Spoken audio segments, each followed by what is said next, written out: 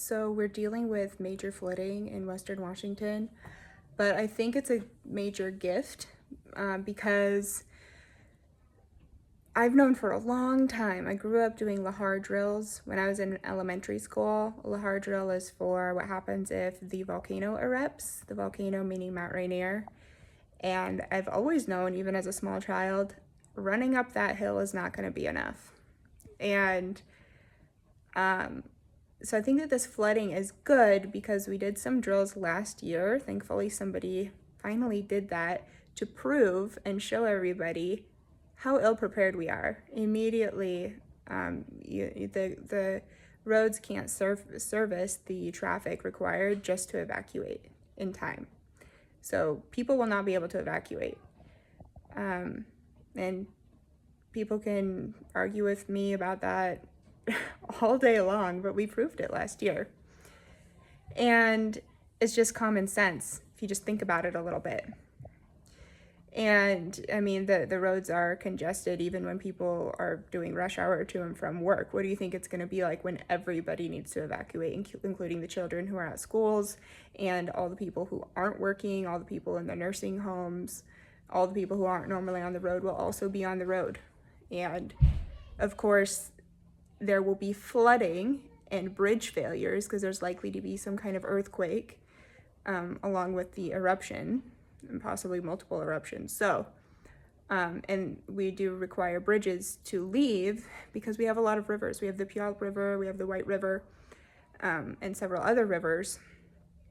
And so we would need to, I think this is good because people are seeing what it looks like when the rivers do flood, because the deluge coming from the volcano is projected to come down the Puyallup River and basically wipe out Ording. We have a huge housing development down there near that area called Tehela, or however you pronounce it, Tahali or whatever. And that was a brand new thing put in. All the while I was thinking to myself, nobody should live there. And then they brought a whole bunch of people, more people down there. Those people aren't going to be able to escape.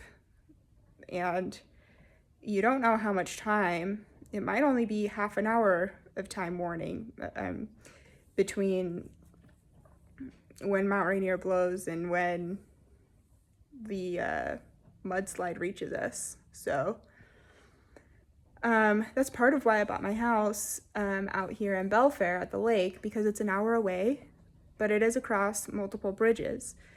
And I did that because I want somewhere to go. And we could reach this house by ferry, but my house down in Sumner, even though it's not in the 100-year floodplain, we might lose access to that house, even though it's part of a downtown area of a city that was founded in the 1800s. It's you would think that it wouldn't be set up that way, but it is.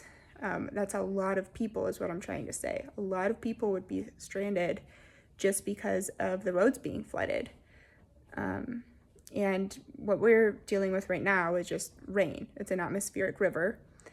And so it's quite gradual over a couple of weeks. And it's also something that we have plenty of warning, plenty of time to leave, plenty of time to make other plans.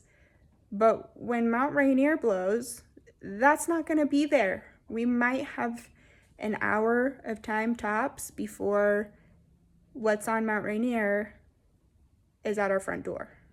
And people aren't going to be able to escape to Seattle or Olympia or wherever they intend to escape to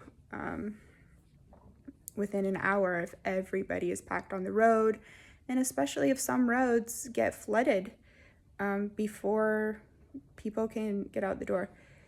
Anyway, this is a public service announcement from Jamie Hamilton, who has lived there since I was 6 years old. We need to figure something out, and I hope that this flooding in Western Washington is an eye-opening experience for a lot of people. And I hope that other people start thinking about these things, because Mount Rainier could erupt anytime. And we're absolutely not prepared. So I don't know what the solution is. It would take a huge public effort to figure out how we're going to get those people evacuated in time.